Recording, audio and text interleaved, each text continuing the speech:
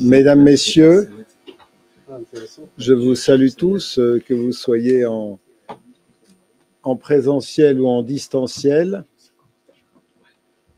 pour ce nouveau rendez-vous de la recherche qui, comme vous le savez, réunit régulièrement des chercheurs et des praticiens sur des questions d'actualité ou des questions choisies parce que tel travail de recherche, telle thèse a pu paraître. Voilà. Alors j'espère que le son est bon puisqu'on manipule ça. Non, vous n'entendez pas. Est-ce qu'on, je ne sais pas si en distanciel ils entendent mieux. En tout cas, je vous remercie d'être avec nous pour évoquer cette question des armes dans les mains des citoyens, avec un phénomène qui s'appelle le vigilantisme, alors qu'on a enlevé du titre parce que le terme n'était pas forcément parlant, qui traduit des actions collectives, souvent violentes, généralement illégales, ayant pour vocation de maintenir l'ordre ou d'exercer la justice au nom de soi, au nom du groupe, en fonction de la conception qu'on se fait soi-même de l'ordre ou de la morale. Et ce phénomène peut se traduire de façon très grave dans certains pays, comme des actions punitives, du lynchage par la foule. Alors là, c'est peut-être encore moins raisonné, ou les escadrons de la mort dans certains pays. Contestons donc le recours à la violence légale et légitime qui, normalement, relève du seul État. Et c'est donc à ces justiciers hors la loi que nous allons nous intéresser ce soir pour un phénomène qui reste heureusement très marginal en France, mais c'est toujours intéressant d'anticiper et de regarder un peu ce qui peut se produire à l'étranger, parce que parfois, on s'aperçoit que certains phénomènes à l'étranger arrivent dans notre pays. Pour le moment, je crois pouvoir dire qu'en France, on ne se fait pas justice soi-même, ce qui n'empêche pas, évidemment, mais ça, ce n'est pas l'objet de ce soir, par différents dispositifs légaux, l'État d'essayer d'encadrer la participation du public à la sécurité, ce qu'on appelle voisins vigilants. Enfin, il y a différents dispositifs. Mais évidemment, il s'agit là d'un sujet très différent qui consiste à observer, alerter. Et donc, ça, c'est le devoir de tout citoyen de prévenir les forces de l'ordre de la commission d'actes délictueux. Donc, pour discuter de ces tendances vigilantistes un peu inquiétantes, nous avons ce soir 3 personnes. Gilles Favarel-Garrigue, qui est directeur de recherche en sciences politiques au CNRS et au CERI, le centre de Sciences Po, qui a publié une monographie sur ce sujet, étudiant notamment la situation dans des pays comme la Russie, le Pakistan, le Brésil et l'Inde, mais qui rapporte également des expériences en France. Puis, nous entendrons Damien Simoneau, maître de conférence en sciences politiques à l'INALCO, sur ce même sujet, évoquant plus particulièrement les États-Unis et le Mexique, pour peut-être dépasser les clichés autour de ces actions et mieux comprendre les motivations de ceux qui y ont recours. Et enfin, nous entendrons Thierry Ourgaud, qui est adjoint au chef du service central des armes et explosifs du ministère de l'Intérieur, puisqu'il a lancé avec son service et son chef de service ces dernières semaines, même ces derniers mois, toute une opération de récupération d'armes illégales détenues chez les particuliers, qui a été extrêmement ambitieuse et qui, évidemment, contrairement à d'autres pays, peut être profitable si nous n'avons pas trop d'armes en circulation. Ben, évidemment, ça réduit le risque que des citoyens bien intentionnés, de façon déformée ou très très mal intentionnés, s'en saisissent ou ne provoquent des accidents. Voilà, donc je vais leur donner, leur laisser la parole dans l'ordre que j'ai indiqué, c'est-à-dire Gilles Favarel-Garrigue, puis Damien Simoneau, puis Thierry Ourgaud.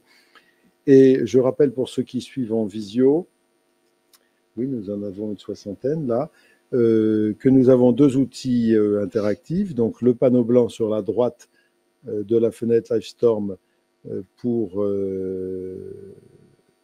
ça c'est pour commenter, le chat. Hein, parfois on a des commentateurs acharnés et bavards, si je puis dire. Et puis sinon, l'onglet spécifique pour les questions que nous pourrons relayer aux intervenants. Voilà, eh bien, je donne la parole à notre premier intervenant. Merci beaucoup. Merci beaucoup. Est-ce que vous m'entendez bien? Ça va? Ok, donc je suis Gilles Favarel-Garrigue. En effet, je suis directeur de recherche au CNRS, au CERI à Sciences Po. Je travaille dans un centre de recherche internationale parce que la plupart des terrains que j'ai faits, c'était en Russie.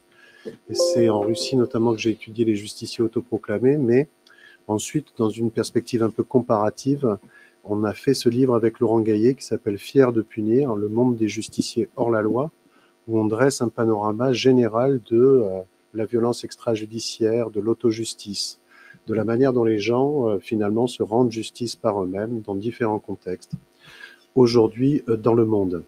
Et un terme qui revient souvent pour parler de cela, c'est un terme un peu barbare qui est celui en effet de vigilantisme. Vigilantisme, c'est un peu barbare. Notre pari avec Laurent Gaillet dans cet ouvrage, c'était d'essayer de l'imposer dans le débat français. Ça n'a pas marché. Ça n'a pas marché pour une raison qui est simple, c'est la confusion avec vigilance. Et vous l'avez dit, Monsieur le Président, tout à l'heure, c'est-à-dire que vous avez dit, voilà, il y a la confusion avec les dispositifs de voisins vigilants. Et alors, en effet, c'est peut-être par cela qu'on peut commencer. Les dispositifs type voisins vigilants, c'est des dispositifs de délégation qui sont mis en place par les institutions, par les pouvoirs publics. Alors que le vigilantisme, c'est plutôt quelque chose qui serait vu comme une initiative par le bas, un petit peu par la société, indépendamment justement de l'action institutionnelle. Ce terme un peu barbare, il est lui-même un tout petit peu compliqué dans son contexte d'origine, en fait, parce que vigilantisme, ça vient de vigilantism, c'est un anglicisme, et vigilantism vient lui-même d'un terme espagnol qui est vigilante et au pluriel vigilantes. Donc ça, c'est l'histoire étymologique de ce terme qui est un petit peu compliqué, qui nous vient de l'espagnol pour passer par l'anglais et qui arrive ici. Et alors que dans le contexte américain, le terme de vigilante est aussi populaire que le terme de lynching. Le terme de lynchage a voyagé dans le monde entier, on le retrouve dans à peu près dans une douzaine de langues, alors que le terme de vigilante, lui, n'a pas voyagé, assez curieusement. Le terme de lynchage est devenu dans le monde entier un terme stigmatisé pour représenter une forme répréhensible, condamnable d'autojustice, alors que le terme de vigilantisme, qui lui aussi désigne une forme d'autojustice extrêmement courante dans le contexte historique et aujourd'hui, lui, n'a pas eu justement ce succès planétaire. Alors, qu'est-ce que c'est que le vigilantisme? C'est l'usage de la coercition, en général par un groupe, mais pas forcément. Lorsqu'on regarde les chasseurs antipédophiles, par exemple, il peut y avoir des initiatives individuelles. Le terme de vigilante est utilisé d'ailleurs dans la culture populaire américaine aussi pour désigner les super-héros, donc plutôt des individus.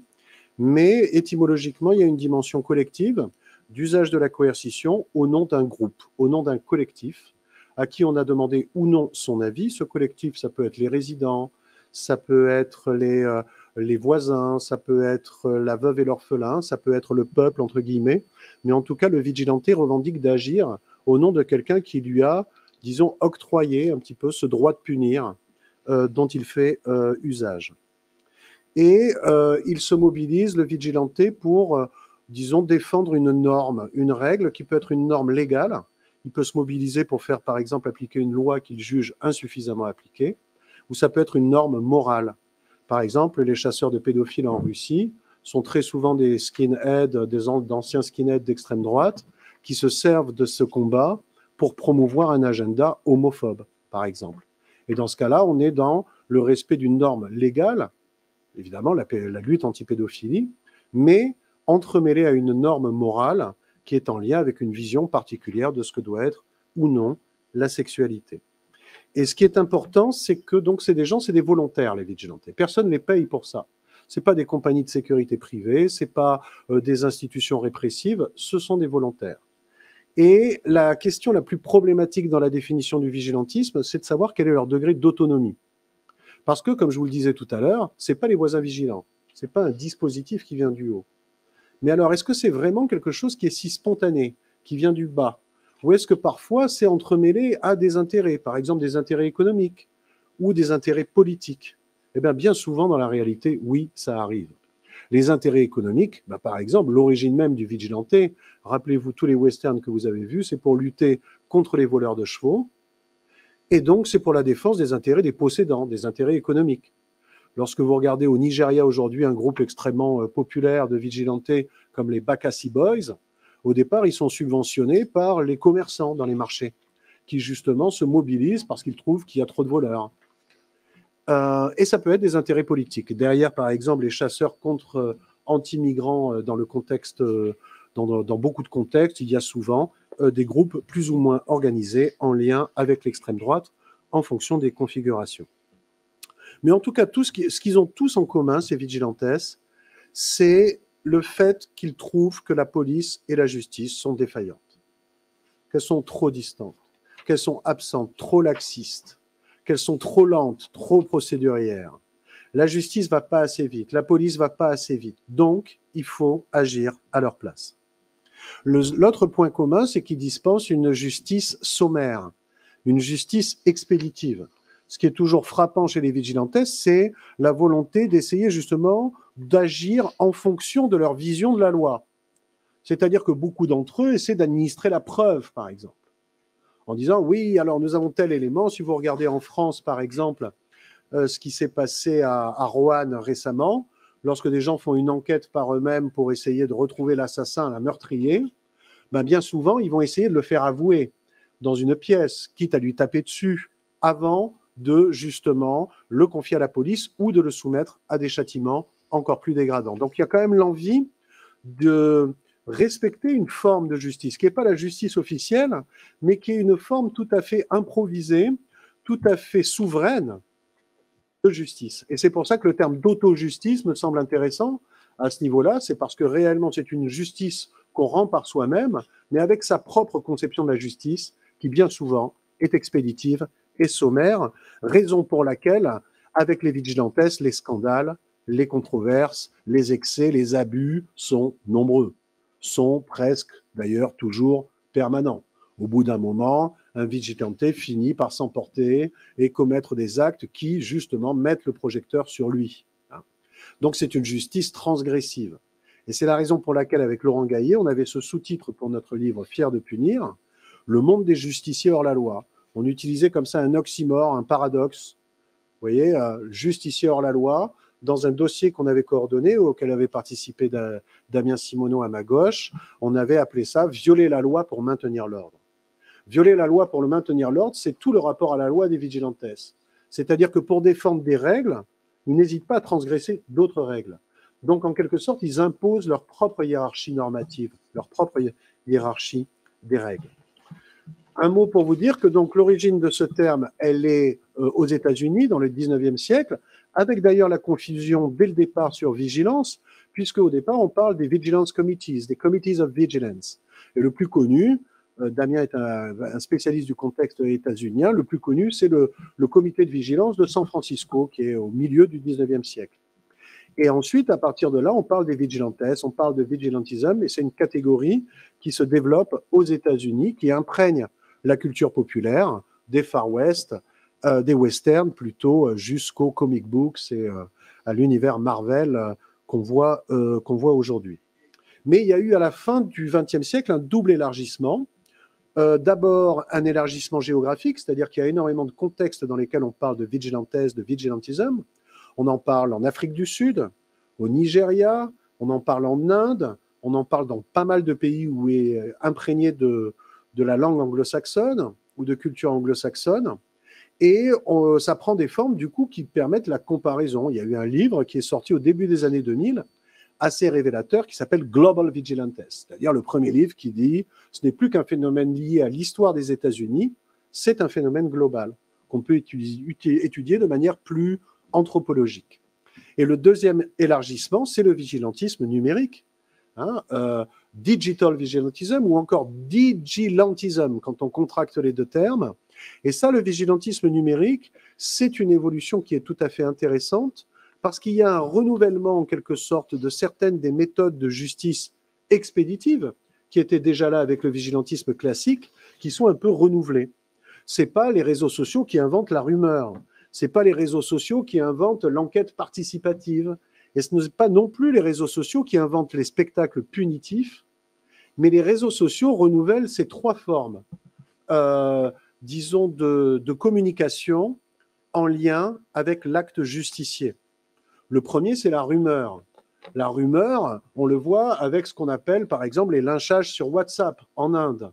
On le voit en mars 2019 en France, lorsqu'il y a un vent de panique en région parisienne et qu'il y a plusieurs tentatives simultanées de lynchage de Rome, suite à des rumeurs de kidnapping d'enfants.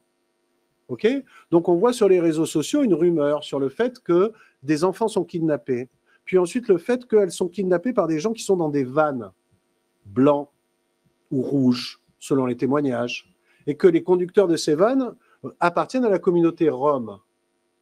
Et à partir de là, donc, il y a une sorte de panique via la rumeur qui se diffuse.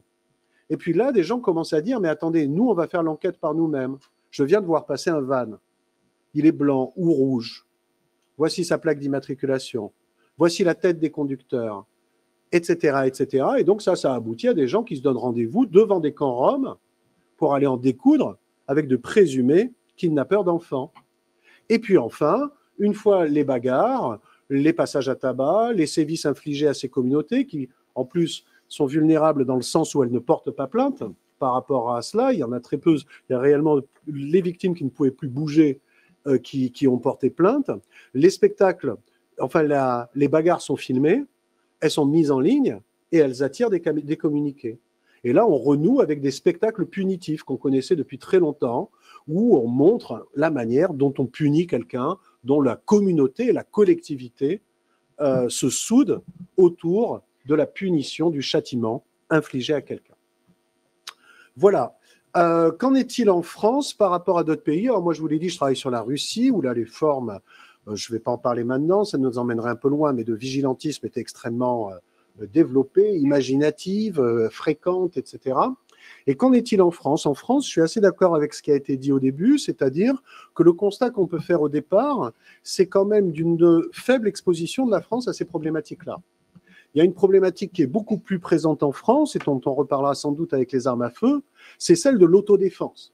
C'est-à-dire typiquement le bijoutier de Nice, quoi. Mais le bijoutier de Nice, il est dans un acte où il défend ses propres biens. C'est-à-dire qu'on est là dans réellement quelqu'un qui défend sa propriété, qui défend ses biens au moment où il constate une agression. Le vigilanté, c'est pas ça. Le vigilanté, au nom d'un groupe, dit en ce moment on a un problème avec les kidnappings d'enfants, on va les patrouiller dans les rues. Vous voyez, on ne va pas le faire pour se venger nous-mêmes, on va le faire au nom du groupe.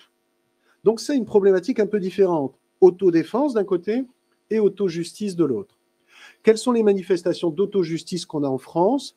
On a vu quelques opérations de chasse aux migrants, mais qui n'atteignent pas le niveau qu'on connaît, je me tourne vers Damien, les États-Unis, dans d'autres contextes, ou le niveau qu'on connaît dans beaucoup de pays de l'Est, où là, c'est vraiment pris en charge par des groupes d'extrême droite combattantes, très musclés, avec des sévices extrêmement importants. Là, en France, on a l'impression que c'est plutôt des coups de communication de la part de groupes comme Génération Identitaire, par exemple, qui annoncent l'intention de le faire, mais qui ne passent pas à l'acte. Les seules exceptions qu'on a vues en France étaient à Calais, avec des groupes comme, par exemple, Sauvons Calais, dans un contexte local très particulier, en lien avec une présence importante de migrants dans ce camp de fortune qu'il y avait autour de Calais. En revanche, en France, quelque chose qu'on voit, et c'est sans doute la forme de vigilantisme actuellement la plus comparable au niveau mondial, c'est la chasse aux pédophiles. Et quand j'emploie le terme de chasse, je le fais sciemment, c'est-à-dire que le monde du vigilantisme est pétri de références qu'on appelle synégétiques, le vocabulaire de la chasse.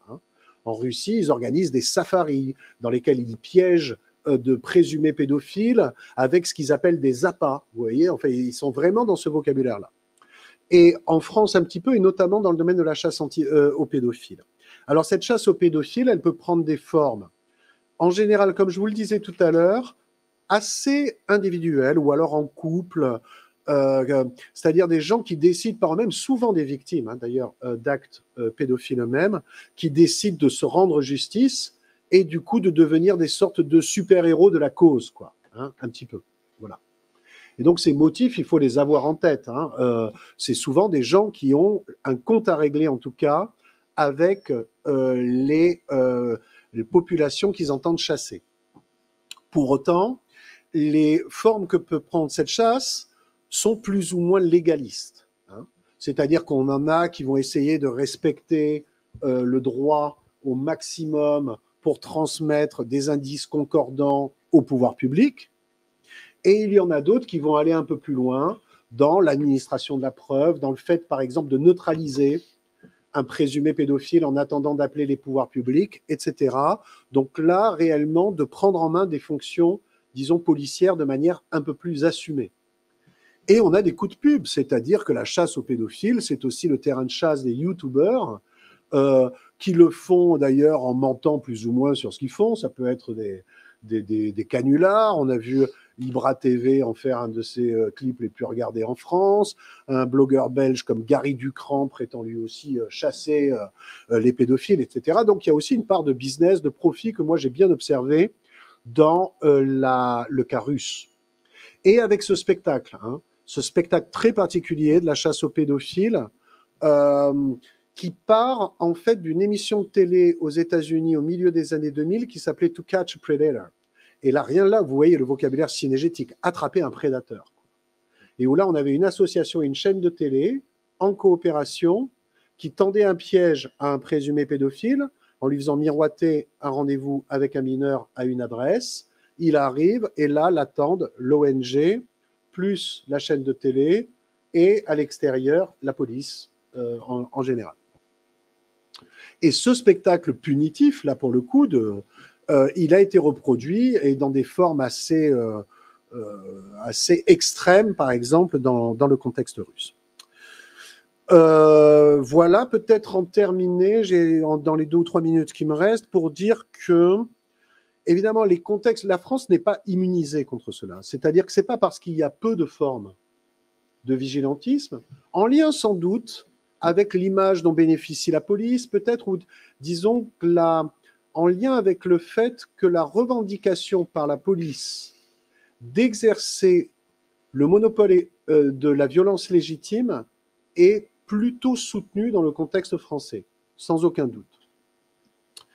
Mais néanmoins, il ne faut pas se pavoiser et se croire immunisé, parce que dès qu'il y a un événement tragique qui remue les consciences, quelque chose que Émile Durkheim pourrait, vraiment qui secoue les états forts de la conscience collective.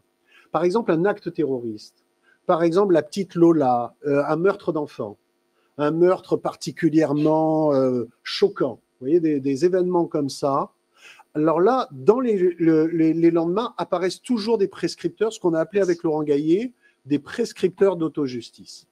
C'est-à-dire des gens qui, dans les médias, dans le monde politique, vont dire « Ah non, mais là, l'état de droit, ça suffit. » C'est-à-dire que là, face à des crimes comme ça, l'état de droit, non, ça suffit pas. Là, qu'est-ce qui va leur arriver? 3 mois d'enquête, ensuite peut-être 6 mois de prison, ça suffit pas. Et évidemment, pendant très longtemps, ce type de discours était l'apanage des gens qui se positionnaient dans l'échiquier politique le plus à droite. C'est-à-dire qu'il y avait quand même cette idée de reprendre ce discours de la police et de la justice laxiste, ou incompétente, ou pas assez nombreuse, ou trop lointaine. Tout ce que je vous disais tout à l'heure, en général, c'était pris par des gens qui voulaient se présenter dans l'axe politique comme des hommes forts, c'est-à-dire des gens prêts à disant « oui, mais moi, si j'étais président, ça ne se passerait pas comme ça, etc. » Bon. Mais aujourd'hui, on voit un décalage, on voit un déplacement de cette ligne politique et on voit des gens assez proches du gouvernement, au lendemain d'attentats, je ne citerai pas de nom, on ne va pas rentrer dans les polémiques, mais enfin, qui ont des déclarations qui sont toujours les mêmes depuis très longtemps, qui sont « il y en a marre de l'état de droit est trop limité par rapport à ces menaces ».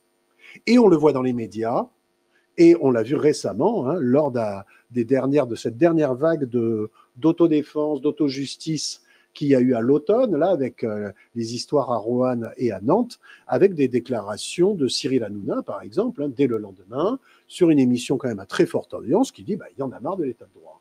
Là, moi, si j'avais été à la place d'un tel qui veut venger sa fille, j'aurais fait pareil. Et ça, mine de rien, c'est des discours dits dans l'émotion, mais qui sont néanmoins des discours de prescripteurs d'autojustice qui peuvent banaliser, en tout cas cette problématique, donner des ailes à des initiatives au niveau local. Voilà, je vais m'arrêter là. Merci.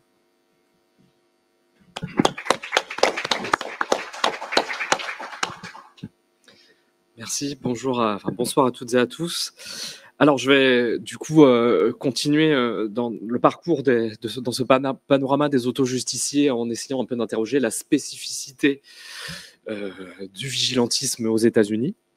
Alors, donc, moi, je suis Damien Simoneau, je suis maître de conférence à l'INALCO en sciences politiques. Et en fait, mon objet de recherche principal, c'est la militarisation des frontières, c'est la sécurité des frontières. Et à ce titre-là, j'ai enquêté en Arizona auprès d'une configuration d'acteurs qui se mobilisaient pour militariser la frontière avec le Mexique. Et il se trouve que parmi ces acteurs-là, eh bien, il y avait des groupes que l'on peut qualifier en effet aux États-Unis de vigilantisme, même si eux-mêmes ne se présenteraient pas comme tels. Et je me suis intéressé en fait à eux. Et donc, en rencontrant les travaux donc, de Gilles et de Laurent Gaillet, j'ai essayé un peu d'examiner comment ce vigilantisme aux États-Unis évolue dans le temps, comment il perdure, quelles sont également les ambiguïtés et les aspects purement, on va dire, culturels propres aux États-Unis qui en font justement qui le tendent à le valoriser de la part d'un certain nombre d'acteurs, et en même temps les zones d'ombre. Donc c'est de ça dont je vais parler, cette enquête que j'ai menée auprès de deux groupes il y a maintenant une dizaine d'années, et je vais compléter cela par la manière dont ils ont évolué aussi sous l'ère Trump. Et ça, c'est très important parce que là, on touche aux frontières du vigilantisme. Mon propos va être en fait de vous dire que on a du mal en fait à ne voir dans ces groupes-là que des auto-justiciers, justement. Vous allez voir que ce sont des auto-justiciers qui ont un rapport très particulier avec les forces de l'ordre, notamment la police aux frontières, qui patrouille les zones frontalières avec le Mexique, mais que ce sont aussi, je vais vous le démontrer, des experts de la sécurité, qu'ils prétendent élaborer des techniques de sécurité pour surveiller la frontière, pour être à même de critiquer les forces de l'ordre, voilà, même si les compétences techniques sont largement critiquables de ces acteurs. Et puis, dans le contexte de Trump, eh bien, ces acteurs-là, ce sont aussi en fait des animateurs de mouvements sociaux. Ils font partie d'une mouvance anti-migrante qui dépasse les seules actions de coercition possibles envers les migrants. Donc, je vais vous dresser en fait un panorama à travers, on va dire, trois différentes époques. Je viens juste mettre les premières photos. Il n'y a que 3 slides de photos, mais c'est une image vaut 1000 mots, et voilà. Alors, tout d'abord, peut-être repositionner donc, le contexte du vigilantisme aux États-Unis. Donc, en effet, cette action de vigilantisme anti-migrants aux États-Unis, notamment en Arizona, un État frontalier du Sud-Ouest, est très controversée. Pour certains, il s'agit ni plus ni moins que de groupes haineux, comme il en existe d'autres aux États-Unis, alors qu'eux-mêmes, les vigilantistes vont se définir davantage derrière le terme en anglais de patriote, hein, qu'on a beaucoup entendu parler. Et en effet, l'action de constitution de milices armée est reconnue par le second amendement de la Constitution des États-Unis de 1791. Je vous le traduis, hein, une milice bien régulée est nécessaire à la sécurité d'un État libre. Donc le droit du peuple de porter les armes, de garder, de porter les armes, ne doit pas être infringe, ne doit pas être empêché, entravé.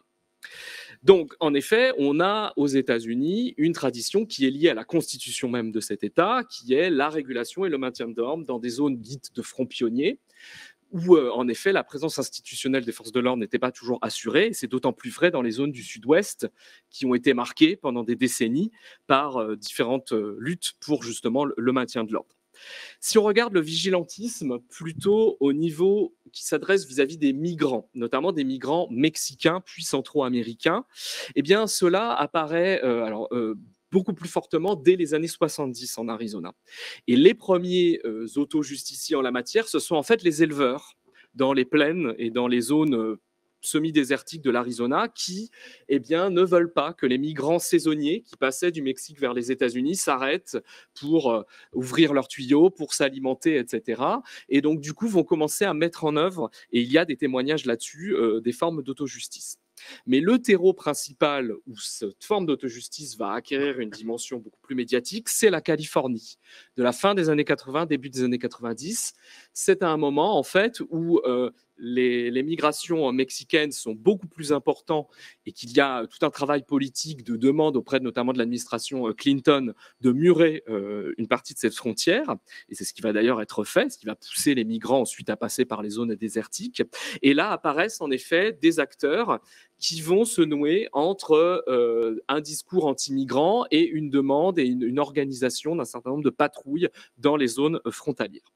L'Arizona devient donc dans les années 2000 le terreau fertile pour le développement de ce genre d'activité et le mouvement le plus connu, et là on peut mettre peut-être la prochaine slide, c'est un peu le costume que l'on voit ici à gauche, du mouvement dit des Minutemen. Le terme de Minutemen faisant référence justement à ces combattants pendant la révolution états-unienne contre les Britanniques, c'est-à-dire un paysan ou un artisan qui pouvait en une minute prendre les armes et se liguer contre la puissance coloniale.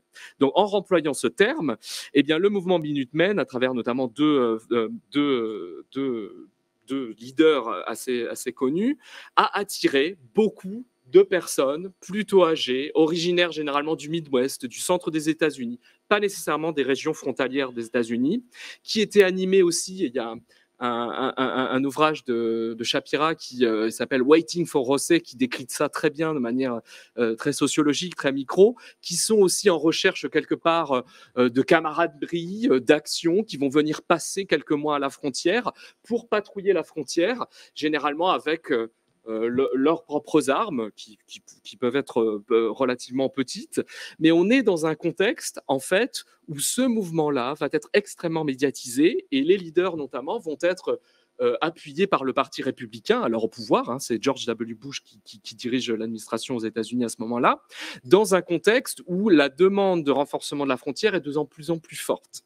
Et George Bush lui-même ne va pas employer ne va pas pouvoir les discréditer trop frontalement. Au départ, il va d'ailleurs employer le terme en anglais de vigilantes, George W. Bush étant un Texan, donc il renvoie en effet à une connotation assez péjorative, de bandit quelque part de grand chemin, mais très vite il va se rétracter, il va y avoir toute une campagne médiatique qui va amener progressivement, notamment à l'année 2006, à un acte très important, le Secure Fence Act, qui va militariser encore plus la frontière. Donc ce mouvement, c'est un mouvement, le Minutemen des années 2005-2006, extrêmement médiatique, qui a joué sur la militarisation de la frontière. Alors, c'est aussi à cette époque-là que, en fait, ces mouvements-là vont se fondre progressivement à la fin des années 2000 dans les mouvances Tea Party. C'est-à-dire une mouvance qui, au moment de l'arrivée de Barack Obama, va se nouer vers un discours extrêmement critique vis-à-vis du gouvernement fédéral dans leur capacité à effectivement militariser et contrôler les zones frontalières, au moins jusqu'à la crise économique de 2008-2009. Et c'est notamment à cette époque-là, en Arizona, que des programmes de milices encadrés par les shérifs, donc les forces de l'ordre local dans les comtés, vont essayer de récupérer une partie de ces citoyens vigilants. Et puis, il y a aussi des affaires, des cas de vigilantisme qui vont être criminalisés pour des passages à tabac, notamment pour des arrestations et des vols également, qui vont décrédibiliser une partie du mouvement. Dans les années 2010, lorsque je commence mon terrain en Arizona, donc en 2012-2013, je m'attendais à rencontrer donc plutôt ce genre de vigilantisme, entre guillemets, cette génération des années 2000 de vigilantisme. En fait, je suis davantage tombé sur ce genre de vigilantisme, qui est en fait Tim Foley, qui fait partie d'un groupe de l'Arizona Border Recon. On peut mettre les slides d'après. On a donc une mutation en Arizona à ce moment-là de vigilantistes qui sont davantage paramilitarisés. Et ce que je démontre donc dans l'article sur lequel je m'appuie, où j'explique ça dans la revue Politics, c'est en effet des vigilantistes qui ont réussi en fait à se noyer dans la militarisation de la frontière. Qu'est-ce que c'est que la militarisation de la frontière à la fin des années 2010, début des années 2010? Ce sont des grands programmes octroyés à des entreprises comme Boeing, par exemple, pour mettre en œuvre des caméras, des capteurs, des drones, différentes technologies dites intelligentes.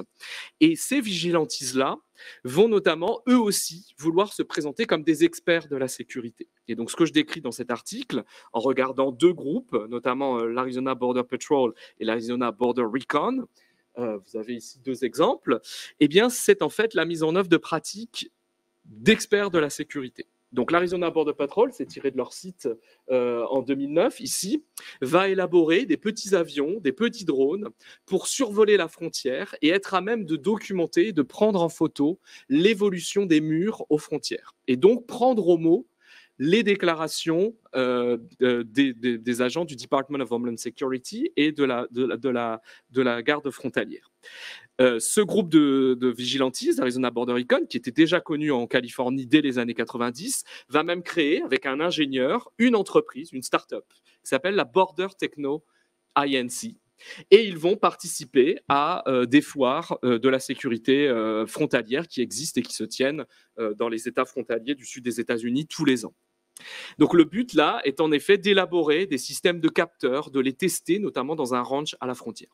Arizona Border Recon va davantage utiliser une technique de patrouille et de reconnaissance, en se basant notamment sur des expériences de combat acquises par ces acteurs en Irak et en Afghanistan.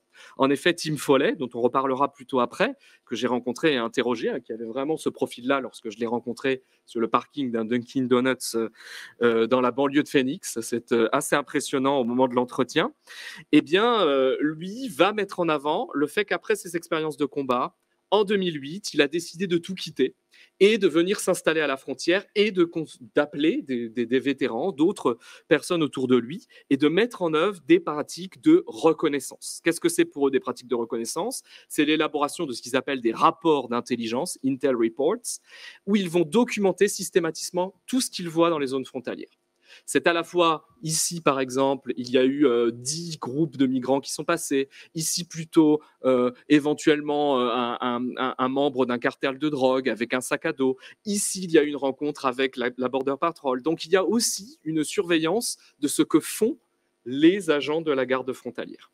Et tout ça est bien évidemment publicisé sur Internet, diffusé via des sites qui sont accessibles au plus grand nombre. Alors, cette mutation, moi, que j'ai observée en tant qu'expert de la sécurité à ce moment-là, leur permet tout simplement, en fait, de se présenter comme des critiques vis-à-vis de l'expertise que peuvent avoir des professionnels de la sécurité, militaires et policiers aux États-Unis.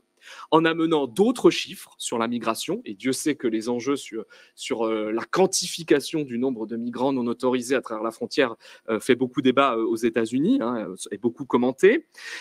Prendre au mot la construction du mur, des différents outils qui constituent ce mur, critiquer les dysfonctionnements d'une entreprise comme Boeing en estimant, alors ça on peut bien évidemment en douter via leur capacité, qu'ils ont eux aussi des moyens de mettre en œuvre des capteurs par exemple, donc ça ils le mettent en avant.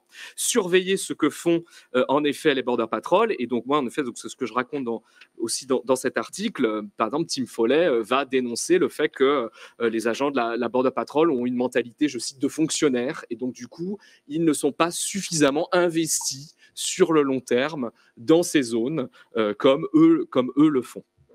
Néanmoins, ces actions-là sont à la limite de la légalité. Et c'est là toute l'ambiguïté de la tolérance vis-à-vis de ces milices aux États-Unis. Quelques exemples également, les Arizona Border Patrol met sur son site internet des échanges radio piratés entre agents de la Border Patrol. Et donc ça, ce sont des choses qui m'ont aussi été expliquées en entretien. Glenn Spencer, lorsqu'il survole la frontière, il n'a pas nécessairement d'autorisation également. Ensuite, Tim Foley, par exemple, a été arrêté à de nombreuses reprises pour avoir affirmé auprès des agents de la Border Patrol qu'il avait déposé à tel ou tel endroit des explosifs.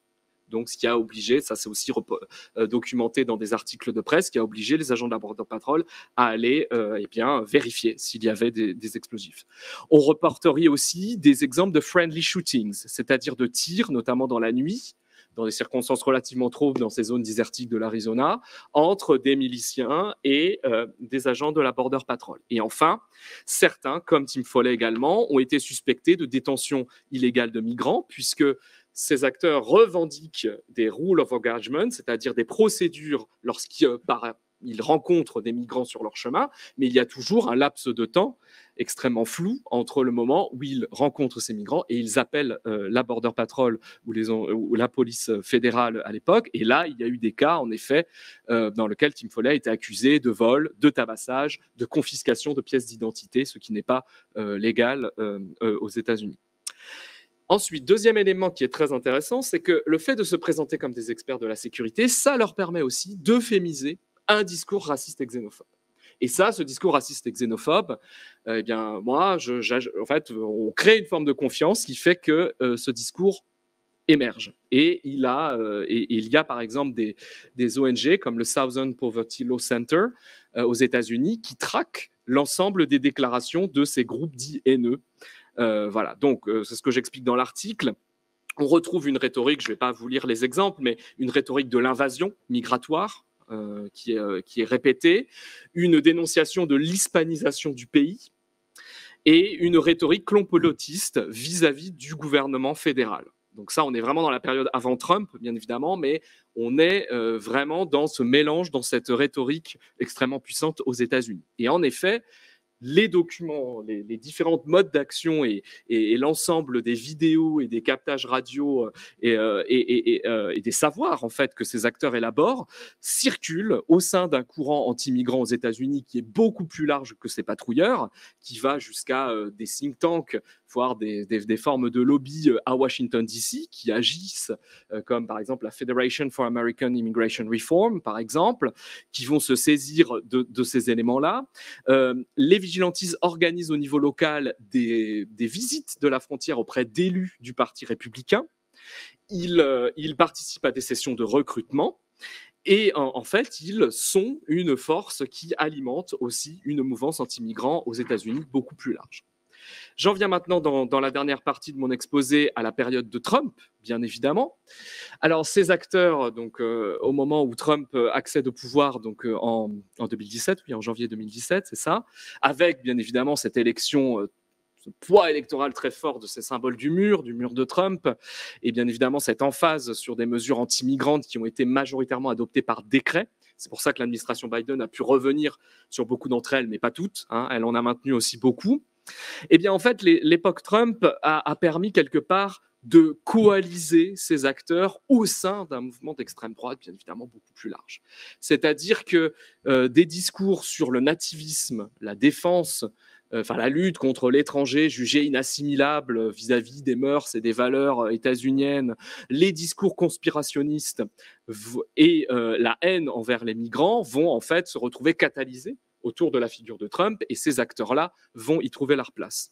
Et je me suis basé notamment sur la manière dont documente l'évolution de ces groupes en Arizona, le Southern Poverty Law Center dont je vous parlais tout à l'heure. On peut mettre peut-être la prochaine slide pour les derniers événements. Il y a eu donc des nouveaux groupes. L'Arizona Border Recon de Tim Foley est toujours là, mais il y a deux nouveaux groupes, par exemple, le Veterans on Patrol de Mark Lewis Arthur, qui est un conspirationniste qui revendique son appartenance à la mouvance QAnon, qui a notamment véhiculé pour légitimer en 2018 et en 2019 des patrouilles au nom de la constitution par les cartels de la drogue, je cite, de camps d'abus pédophiles. Donc on va jusque-là. On retrouve la rhétorique de l'invasion qui est mobilisée et on retrouve aussi une accusation du gouvernement fédéral et notamment le gouvernement actuellement de Joe Biden pour lui-même créer la situation de crise migratoire, entre guillemets, à la frontière mexicaine. Et ce groupe-là, par exemple, notamment s'en est pris aux ONG humanitaires dans le désert qui mettent des tanks à eau, en perçant les tanks à eau, et a notamment été traîné en justice pour cela. Et d'ailleurs, les actions humanitaires en 2019 ont gagné leur procès pour empêcher ces vigilantistes de faire ça. Et enfin, je finirai sur Tim Foley, notamment. Alors, ce Tim Foley, pour vous montrer un peu la perméabilité des liens au sein de la mouvance d'extrême droite et la mouvance pro-Trump aux États-Unis, c'est que Tim Foley, eh bien, on le retrouve, selon le Southern Poverty Law Center, à l'assaut du Capitole le 6 janvier 2021. Et en effet, le Southern Poverty Law Center estime que Tim Foley a fait tout un travail d'effaçage des preuves qu'il était là-bas, malgré des déclarations et des appels avec une autre influenceuse que vous pouvez voir ici d'un autre groupe de vigilantistes qui s'appelle Arizona Patriots, qui est plutôt du côté des mouvements sociaux que de la patrouille sur le terrain. Et vous la voyez ici avec une casquette Make America Great Again. Donc avec Tim Foley et elle qui ont fait des appels et organisé des déplacements donc à Washington le 6 janvier 2021. Donc en guise de conclusion, je dirais en fait que le vigilantisme, si on peut l'appeler comme ça aux États-Unis, est adaptatif, hein, il sait muter à travers le temps, on le voit. Il dispose néanmoins d'un socle idéologique et rhétorique relativement stable, hein, la xénophobie, l'anti-immigrantisme, le discours de sécurité nationale qui frise avec cette volonté d'apparaître comme des experts de la sécurité légitimes eux aussi à s'exprimer sur les enjeux de contrôle frontalier, et puis une rhétorique complotiste et très opposée, défiante vis-à-vis du gouvernement fédéral, de ce qui émane du gouvernement fédéral, ce qui est un classique dans la culture politique aux États-Unis, et une adaptation des pratiques qui peuvent aller en effet de la patrouille à tout simplement la militance hein, dans des réseaux de mouvements sociaux pour de l'influence d'élus politiques beaucoup plus long, avec un rapport bien évidemment à la loi et à l'ordre très très ambigu. Voilà. Merci beaucoup. On peut applaudir. Oui, ben voilà, vous nous avez. On peut avoir le micro, non? Il faut appuyer dessus. Bon. Comment ça marche le micro? Ça marche là? Ah, d'accord. Bon, vous m'entendez? J'en suis pas sûr. Si? Vous m'entendez parce que je parle fort? Bon. Non, ben voilà, c'est un peu inquiétant. Merci beaucoup de vos deux interventions. Finalement, on n'a peut-être pas répondu à la question, pas qui ne vous était pas posée, mais est-ce que ça peut arriver en France? Et qu'est-ce qu'il faudrait faire pour que ça n'arrive pas en France? Est-ce qu'il faut développer justement les mécanismes de coopération ou pas? Moi, je pense que ça peut être intéressant. Mais en tout cas, on va voir avec la dernière intervention qu'on est quand même assez loin du modèle américain. En tout cas, on essaie de s'en éloigner. Voilà. Oui, bonjour à tous. Donc, comme c'était dit en introduction, je m'appelle Thierry Urgo, je suis adjoint au chef central des armes explosives. Si j'en parle quelques instants, c'est parce que c'est un service un peu particulier, rattaché au ministère de l'Intérieur, qui, depuis 2017, donc un service récent, qui justement a été mis en place pour essayer de mettre en place une véritable politique publique de contrôle des armes à feu civiles. J'entends bien civil, et cette création faisait aussi le pendant d'une nouvelle répartition des compétences avec le ministère des Armées.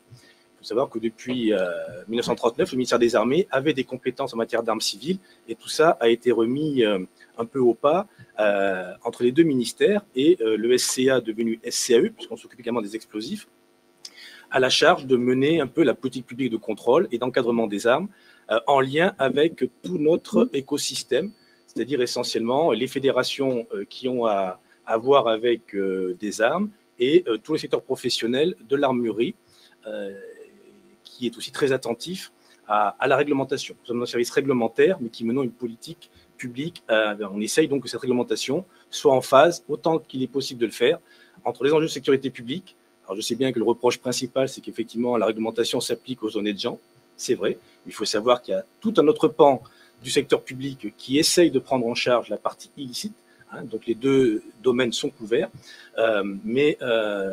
S'agissant de cette partie officielle, il s'agit d'essayer de l'adapter entre les contraintes de sécurité et puis les demandes de fluidité que peuvent avoir les professionnels ou les utilisateurs, puisqu'on essaye aussi de simplifier la vie des utilisateurs. Donc moi, dans ce débat un petit peu, on a parlé du vigilitantisme. Effectivement, le vigilitantisme est d'autant plus efficace ou prégnant qu'il peut être armé. Hein. Alors, il y a les États-Unis, il y a aussi Israël. Hein. Dans la presse, j'ai vu que récemment, Israël allait encore favoriser la détention d'armes par les civils avec cette idée que plus il y a des citoyens armés qui peuvent intervenir à l'occasion, plus la sécurité générale est assurée. Et c'est également un courant que l'on trouve également en France. Hein. Il y a une association spécialisée qui prône justement l'armement des civils pour intervenir le cas échéant, avec comme référence le Bataclan. Et effectivement, peut-être que si au sein du Bataclan, il y avait eu des spectateurs armés, peut-être que les choses auraient pu se passer différemment ou pas, parce qu'en face, il y avait quand même des armes de guerre. Donc moi, dans ce contexte-là, qui est un peu l'empêcheur de s'armer en rond, moi, je vais vous parler du contrôle des armes, hein, pour vous donner quelques clés, parce que j'en parle un petit peu aussi tout à l'heure avec les intervenants. si on n'est pas chasseur ou tireur, on n'a peut-être pas une idée très précise de la manière dont circulent les armes en France. Et donc, mon objectif, c'est ne pas vous faire rêver avec des photos de la frontière aux États-Unis ou ailleurs, mais de vous dire un peu plus prosaïquement comment s'organise le contrôle des armes en France, sur deux petites parties. D'abord, des repères sur la réglementation, pour vous dire que la réglementation, le contrôle des armes a toujours existé, qu'il est maintenant sous l'emprise européenne, et également qu'il s'inscrit dans un contexte numérique. Et puis ensuite, je vous parlerai des principes du contrôle, que ce soit pour le détenteur, que vous pouvez être, ou le professionnel. Alors, très rapidement, et hop, j'ai oublié de déclencher mon chrono, parce que sinon, on va me rappeler à l'ordre. Sur cette réglementation, les historiens qui se sont penchés sur le contrôle des armes sont unanimes à dire que depuis que l'arme s'est généralisée, alors je parle d'armes blanches, bien entendu, pour commencer, elles ont été encadrées. Alors, vous savez tous en tête le fameux Rubicon qui interdisait, enfin, qui était la limite que les légions ne pouvaient pas franchir en armes à Rome, principe sur lequel d'ailleurs s'est généreusement assis César, mais c'était un acte emblématique du contrôle des armes. En France, on considère que le premier acte d'encadrement des armes, c'était un capitulaire de Charlemagne en 805 qui interdisait donc le port d'armes, donc là on parle des épées, dans les assemblées. Pour les armes à feu, d'après les recherches que j'ai pu faire, ce serait une déclaration de François Ier en 1532 qui interdisait là aussi le port des arquebuses. Il faut dire que ça a été crescendo, puisqu'effectivement, l'arme à feu représente un danger et un atout, ça dépend comment on le voit, puisque contrairement à l'escrime, ça peut se maîtriser beaucoup plus rapidement. Et puis, puisqu'on parlait des États-Unis, et c'est aussi ce qu'a fait la fortune de la conquête de l'Ouest, il y avait la devise de Samuel Colt qui a inventé le revolver et qui avait dit, semble-t-il, Dieu a créé des hommes grands, d'autres petits, et moi, je les rends tous égaux. Et c'est vrai que le port d'une arme à feu renverse de nombreux rapports de force, d'où la volonté qu'il peut y avoir à en disposer. Donc le contrôle des armes s'est toujours développé et s'est adapté ensuite justement au danger des armes, et on sait qu'avec les armes à feu, le contrôle a été plus poussé. À la Révolution française, il y a une petite embellie, puisque là, la Révolution française, le droit de chasse a été libéralisé. C'est une des revendications à l'époque. Et il semble qu'il a failli y avoir dans la Déclaration des droits de l'homme et des citoyens une mention, un peu comme la Déclaration américaine, sur la liberté de détention d'armes. Et puis ce n'est pas passé. Donc on n'a pas cette disposition emblématique, on n'a pas notre second amendement. Et puis ensuite, les tensions ou les contraintes ou les dangers de l'histoire ont fait que le contrôle des armes aussi a repris. Il y a une petite embellie sur la Troisième République, où là c'est un peu la libération des armes civiles. Les clubs de tir explosent, on arrive presque à 3000 clubs de tir ou sociétés de tir avant la Première Guerre mondiale. C'est aussi la création de Manu France, c'est le chasseur français, et c'est aussi la création d'un petit calibre qui s'appelle le calibre Flaubert et l'apparition d'armes de salon. C'est-à-dire c'est un petit calibre qui peut tirer à 10 mètres, 20 mètres, et où on s'entraînait dans les grands salons de la belle société, également dans les écoles. C'est aussi le début du tir. Alors ça préparait un peu la défense du citoyen, mais le tir se développe aussi dans les écoles. Donc on est vraiment, il y a cette petite période-là, mais qui retombe lorsque la Seconde Guerre mondiale se profile. Il y a ce fameux décret loi de 1939, qui est un peu la césure réglementaire, puisque c'est en gros le premier décret qui vraiment réglemente totalement l'ensemble des armes, les classes en plusieurs catégories. On est à 8 catégories, lesquelles tiendront jusqu'en 2012. C'est pour vous dire quand même que ce décret a eu une belle renommée. Et c'est à partir de ce décret que s'organiseront par des textes successifs l'encadrement des armes en France jusqu'à aujourd'hui. Voilà, ça c'est cette marche de l'histoire qui va vers un encadrement et qui effectivement maintenant est très, très solide. Il n'y a qu'à lire, pour ceux qui veulent, le Code de la sécurité intérieure dans toutes les dispositions qu'il détient. Donc un contrôle qui a toujours existé, fatalement, un contrôle qui maintenant de toute façon est sous, comme beaucoup de choses d'ailleurs, sous l'emprise du droit européen. Il y a une directive européenne de 1991 qui a été très largement actualisée en 2008, puis en 2017 après les attentats de Paris, qui donne en gros pour tous les pays de l'Union européenne le cadre juridique minimum. C'est-à-dire qu'on peut aggraver les dispositions de la directive, mais on ne peut pas y déroger. Voilà. Et c'est pas, par exemple, comme cette directive classe les armes en 3 grandes catégories, elle réglemente les armes en 3 grandes catégories, les armes interdites, les armes autorisées, les armes à déclarer, que la réglementation française a également évolué en 2012, et on est passé, nous, de 8 catégories à 4, puisqu'on a rajouté la catégorie des armes en vente libre, mais qui est quand même très légèrement encadrée. Voilà pour ce cadre européen qui est donc, encore une fois, comme toutes les dimensions du droit national, encadré très, très strictement, puisqu'on ne peut pas déroger, et la Commission européenne veille à ce qu'il n'y ait pas d'exception aux règles européennes. Donc on est dans ce format-là. Et puis, autre évolution, troisième évolution, c'est l'encadrement numérique. Nous mettons en place au SCAE, depuis l'an dernier déjà, un système d'information sur les armes qui a vocation à assurer un continuum numérique entre, d'une part, les professionnels, les préfectures, qui sont les premières instances de réglementation et de délivrance des autorisations, et les particuliers. C'est-à-dire qu'une arme, alors c'est déployé maintenant pour les chasseurs, c'est déployé pour les gens qui ont des armes dont ils ont hérité ou trouvé, ce sera prochainement déployé pour les tireurs sportifs et puis toutes les catégories de détenteurs d'armes autorisés, mais on rentre dorénavant dans ce continuum numérique qui fait que l'arme est totalement tracée, depuis le moment où l'armurier le rentre dans son stock, jusqu'à la vente qu'il fait à un particulier, et lequel particulier l'amène à son domicile. Et s'il la revend, l'arme sera également tracée.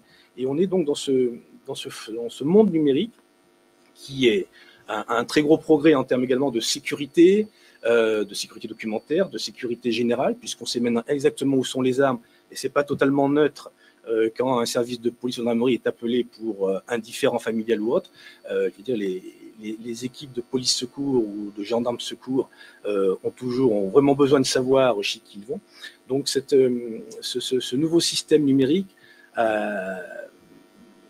apporte de nouveaux atouts, permet également au passage de toiletter la réglementation, de la simplifier, de couvrir des angles qui n'étaient pas jusqu'à présent pris en compte, et surtout de faciliter les relations entre les détenteurs d'armes et leurs interlocuteurs, qu'ils soient armuriers ou publics, ou administration publique, puisque l'ensemble des formalités ont vocation, lorsque le système sera entièrement déployé, à se faire via ce système numérique. Donc voilà pour un peu ce premier point de repère sur la réglementation. Je répondrai bien sûr aux questions ultérieurement s'il y en a. Et ensuite, maintenant, je voudrais vous présenter un peu justement le droit des armes objectif et positif tel qu'il se fait chez nous, et qui effectivement est un frein considérable au développement ou à la mise en place d'un vigilitantisme armé chez nous, bien entendu, puisqu'il n'y a pas de place pour la volonté de légitime défense ou de défense personnelle dans la détention d'armes à feu, ou alors c'est effectivement au micro-compte-gouttes, j'allais dire. Donc pour un particulier, avoir une arme à feu, ça suppose déjà de rentrer dans une catégorie de demandeurs dont l'État, on va dire, reconnaît la légitimité à détenir une arme. La première des catégories et des légitimités, c'est la chasse. La chasse est un droit historique, l'homme ou la femme a toujours chassé. C'est un loisir considérable pour beaucoup de personnes. C'est aussi un loisir qui déclenche, à l'inverse, de nombreuses réserves. Moi, je le prends comme il est, mais parfois, comme on traite également les recours hiérarchiques de gens à qui on retire les armes, pour voir parfois les témoignages de chasseurs qui nous écrivent. On sent cet attachement à la chasse, parce que c'est aussi synonyme des copains, des balades et des chiens.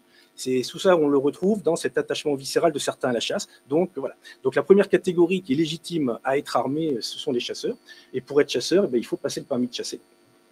C'est la base, il faut le permis de chasser. Et une fois que vous avez le permis de chasser, si vous faites valider par votre fédération de chasse, et avec un permis de chasser validé, vous pouvez aller chez l'armurier acheter une arme. Voilà. Donc une arme, vous ne pouvez pas acheter n'importe quelle arme, ce n'est pas une arme de poing, vous pouvez acheter qu'une arme de catégorie C, c'est-à-dire essentiellement une arme longue de 1 à 3 coups. Voilà. Ça, c'est l'accès le plus simple, on va dire, aux armes à feu. Une fois que vous avez acheté votre arme, l'administration va être informée et va diligenter une enquête de sécurité. C'est-à-dire que si, a posteriori, on s'aperçoit que pour différentes raisons, vous n'avez pas la moralité, vous avez justement les antécédents judiciaires qui font opposition à votre armement, l'arme vous sera retirée. La seconde légitimité que l'on trouve dans notre pays, c'est être tireur sportif. Il y a à peu près 230 000 adhérents à la Fédération française de tir. Et le tireur sportif, il peut, lui, accéder aux armes C et aux armes B, qui sont les armes de poing et les armes semi-automatiques. Alors là, le parcours est un peu plus compliqué parce qu'il faut d'abord, bien sûr, être dans un club de tir.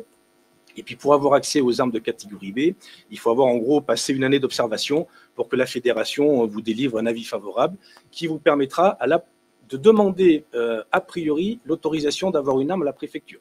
C'est-à-dire que là, l'enquête de sécurité, elle est un peu plus poussée et elle se fait a priori. Vous n'allez pas acheter un pistolet pour qu'on vous le retire avant. Non, on vous autorise à acheter un pistolet une fois que l'enquête de sécurité a permis d'établir que rien ne s'y opposait. Et autre catégorie, ce sont aussi d'autres tireurs sportifs, sont les balles-trappistes. Hein, c'est plutôt le tir avec des armes de chasse. Hein, ils sont beaucoup moins nombreux, mais c'est aussi une catégorie qui, dès lors qu'on est licencié, qui permet d'acquérir une arme de catégorie C. Ensuite, on va trouver, alors de manière epsilonesque encore, les collectionneurs, hein, qui ont la possibilité d'acheter des armes sans les munitions. Et puis, on va trouver tous ceux qui ont des besoins d'avoir une arme à titre de métier, c'est-à-dire les gens de la sécurité, les polices municipales. Hein. On ne s'occupe pas des armes des services régaliens, police, gendarmerie, pénitentiaire, douane, armée. En revanche, les armes des polices municipales ont vocation à être également tracées par nos soins. Mais voilà, les armes, ces métiers sont très vastes. Hein. Il y a par exemple encore des stands de forains qui utilisent des armes classées. Hein, pas uniquement les armes à plomb, mais d'autres armes, ils sont très peu nombreux, mais il y a cette capacité à acquérir des armes de catégorie C pour des forains. Il y a également les experts judiciaires. Enfin, il y a tout un monde qui peut aussi arriver à cette détention d'armes à partir d'une justification très particulière. Alors je fais, puisque je parlais du vigilitantisme et du droit de se défendre, je fais juste un aparté. Il y a le Code de la sécurité intérieure permet, alors comme je disais, c'est au micro-compte-gouttes, il reconnaît deux cadres. L'un qui a été évoqué, c'est effectivement pour les professions exposées, et on pense effectivement tout de suite aux bijoutiers, de pouvoir détenir une arme au magasin, voire éventuellement une seconde à son domicile. Donc ça, ce sont des autorisations qui sont délivrées par le préfet du département, avec là aussi toutes les justifications qui vont bien, et c'est l'arme qui est effectivement d'autodéfense en cas d'agression contre le commerce, et avec toutes les règles qui derrière s'en suivent, parce qu'en fait les règles derrière c'est la légitime défense, hein. C'est pas parce qu'on vous confie la possibilité d'avoir une arme de poing sous votre comptoir que vous ne pouvez l'utiliser comme ça. Non, après ce sera la justice de décider si les conditions de défense sont réunies dans le cas d'espèces particuliers.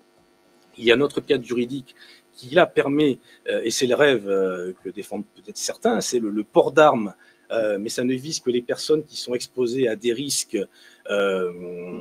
hors du commun, hein, à des risques d'atteinte à la vie extrêmement forts. Voilà, je veux dire, ça c'est des autorisations qui sont délivrées par le ministre, mais vraiment au compte-gouttes, et après une étude de sécurité et un état de la menace voilà, très exigeant mené par la police nationale. Donc on est vraiment dans un cadre vraiment epsilonesque. Donc je vous dis, les cadres généraux des détenteurs d'armes, ce sont les cadres de tir de loisirs en fait. Je ne pas le tir de loisirs, la chasse, le tir sportif, le ball-trap. On a oublié le biathlon. Hein, en plus, le biathlon est une source de médailles olympiques pour la France. Donc, il y a également le biathlon. Ils sont à peu près 500 tireurs de biathlon donc à utiliser des armes de catégorie C pour leur épreuve. Ce sont donc des gens qui ont aussi la possibilité, qui sont recensés et qui ont besoin d'être autorisés a posteriori à détenir ces armes. Il y a une autre catégorie, et ça fait un peu le lien là, pour que j'en parle quelques instants, avec l'opération d'abandon d'armes ou de régularisation des armes qui a été faite en fin d'année dernière. Ce sont tous les gens qui détiennent des armes héritées ou trouvées. Hein. On évalue, nous, ce potentiel à plus de 2 millions. Et l'opération d'abandon d'armes qui a été menée donc en fin d'année a révélé un peu ce gisement et cet armement, on va dire, familial ou générationnel dans nos familles partout sur le territoire, puisqu'on a récupéré, enfin, les gens ont abandonné 160 000 armes.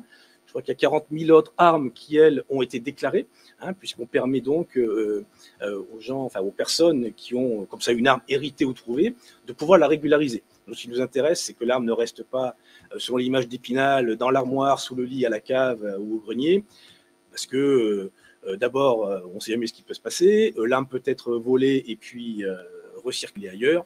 Et en revanche, on voit bien et on sait bien qu'il peut y avoir un véritable attachement, encore une fois, générationnel à certaines armes.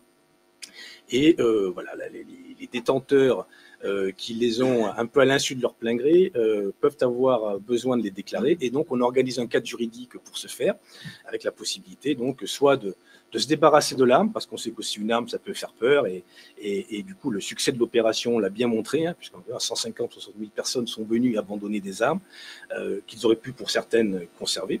Et puis, la possibilité donc pour d'autres de les garder et donc de rentrer dans les clous de la loi. Et puis donc, pour l'administration en général, de savoir que là aussi, il y a une arme et de pouvoir donc la gérer à distance. Et ça permet également aux détenteurs de pouvoir la revendre quand ils le veulent. Donc voilà, pour avoir une arme en France, il faut appartenir à une catégorie que le droit reconnaît comme légitime. Et pour le moment, voilà, les grandes catégories, je vous l'ai dit, c'est essentiellement le tir de loisir qui est à l'origine donc des flux d'armes. Ensuite, pour les professionnels, c'est aussi le second versant du contrôle des armes. Hein. On est très attentif aux détenteurs d'armes, d'abord pour l'acquisition, et puis ici, il faut que ça continue, également pour le maintien de la détention. C'est-à-dire que ce n'est pas parce que vous avez une arme que derrière, vous pouvez faire ce que vous voulez. Alors déjà, un tireur sportif qui a une arme de catégorie B, l'autorisation n'est que de 5 ans. Donc ça veut dire que 5 ans après, on refait encore le point sur lui. Mais même pour le chasseur, où une fois que vous avez acheté l'arme, le chasseur n'est plus spécialement embêté ou n'a plus l'occasion d'être criblé par l'administration. Ça changera bientôt. Il y a malgré tout le suivi de sa détention. C'est-à-dire que si quelqu'un avec une arme a une action qui ne rentre pas dans le cadre légitime pour lequel l'administration l'a autorisé à avoir une arme, il va en être dessaisi. Hein, c'est voilà, celui qui a une arme de poing pour le tir sportif et qui circule avec lui dans sa voiture et puis qui l'exhibe parce que quelqu'un en face de lui a fait une queue de poisson. Il est évident que cette arme-là, il sera poursuivi pour plein de choses, mais en plus l'arme lui sera confisquée très rapidement. C'est pareil pour le chasseur qui sortirait avec une arme de chasse en dehors d'une action de chasse. Donc il faut faire voilà, il y a quand même ce suivi de la bonne légitimité de la motivation à détenir une arme. C'est pas parce qu'on a une arme, parce qu'on est tireur sportif ou chasseur, que derrière, on peut riper vers des motivations qui rejoindraient, pourquoi pas, la défense personnelle, voilà, ou d'autres... Voilà, ou le vigilantismo avec l'accent. Voilà, c'est en cela qu'il y a une véritable contrainte et que celui qui s'amuserait ou qui serait pris, parce qu'après il faut être pris, qui serait pris par la patrouille ou qui aurait le malheur de s'exposer sur les réseaux sociaux, comme malheureusement ça se voit, lui sera rattrapé justement par la patrouille. Je voudrais juste terminer donc sur la partie professionnelle, parce que c'est aussi important de le savoir. On a le détenteur qui a son arme, mais le contrôle se fait aussi avec les armuriers, qui sont de professions réglementées. Hein. On ne devient pas armurier comme d'autres professions de commerce. Il faut pouvoir justifier d'un type de compétence, hein, c'est-à-dire ou avoir un certificat de qualification professionnelle ou un diplôme d'armurier. Pour l'anecdote, il n'y a qu'un lycée en France qui forme les armuriers, hein, c'est le lycée Fournéron à Saint-Étienne, et les autres armuriers qu'on trouve sur le territoire, soit viennent de Fournéron, ont le CQP, ou alors vont se former en Belgique, où il y a une école également d'armurerie qui est assez réputée. Donc il faut un certificat, enfin un titre de compétence, et puis bien sûr il faut un titre d'honorabilité. Donc il y a une enquête là aussi de sécurité qui est réalisée avant qu'il y ait une autorisation qui est donnée soit par le préfet pour l'armurier qui va vendre des armes de chasse, pour faire simple, ou par le ministre, enfin par le SCAE au nom du ministre de l'Intérieur pour l'armurier qui veut vendre des armes, toutes les armes, y compris celles de catégorie B, donc les armes de poing ou semi-automatiques qui sont à la lettre plus dangereuse. Donc ces armuriers doivent satisfaire ces obligations-là. L'ouverture d'un commerce est également soumise à une autorisation, hein, puisque selon le lieu, il va y avoir une étude avec la consultation du maire. Et puis, une fois que l'armurier est installé, il doit respecter la réglementation en termes de commerce des armes, et notamment en termes d'exposition des armes. Il y a des règles de sécurité pour la conservation, pour l'exposition au public. Et tout ça, ce sont des règles que les services de police et gendarmerie contrôlent, ainsi que le SCE, puisque nous avons un petit groupe de contrôleurs qui se déplacent toute la France pour faire notamment le contrôle des armuriers les plus importants ou qui ont les armes de catégorie A1 ou B, qui sont un peu dans notre ressort. Donc, régulièrement, on vérifie que leur magasin est bien aux normes de sécurité, qui respectent bien toutes les considérations pour pouvoir proposer des armes au public.